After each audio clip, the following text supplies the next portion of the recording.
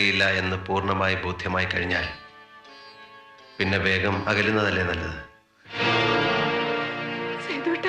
വേണ്ട, ആ വിളി കേട്ട് സന്തോഷിച്ചിരുന്ന സേതു ഇപ്പോഴില്ല. അധികം സംസാരിച്ച് കൂടുതൽ വഷളാക്കണ്ട. വെറുതെ പോലും ഇങ്ങനൊന്നും പറയരുത്. ഞാൻ തകർന്നു പോവും. എനിക്ക് വേദനിക്കും.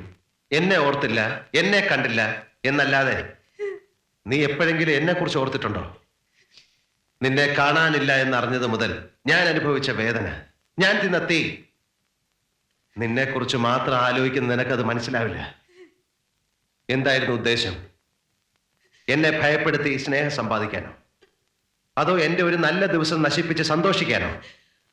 ഒരു സമാധാനത്തിന് വേണ്ടി ശ്യാമയുടെ വീട് വരെ അവിടെ നിന്റെ അമ്മയുടെ നായരുണ്ടായിരുന്നു സമാധാനിപ്പിക്കാൻ. ഇങ്ങനെയുള്ള വാക്കുകളൊന്നും എന്നോട് ഒരിക്കലും. കുറെ അധികം ചക്കര വാക്കുകൾ ഊട്ടി വളർത്തി നിന്നെ ഞാൻ വഷളാക്കി. ആ സേതു ചത്തു. പുതിയ സേതുവിന് എടുത്താൽ പൊങ്ങാത്ത ഭാരമാണ് നീ ഇപ്പോ. എന്നെ മനസ്സിലാക്കാൻ കഴിയാതെ എന്നെ സ്നേഹിച്ച് കൊല്ലുന്നൊരു ഭാര്യയെ സഹിക്കാൻ ഇനി എനിക്ക് വയ്യ.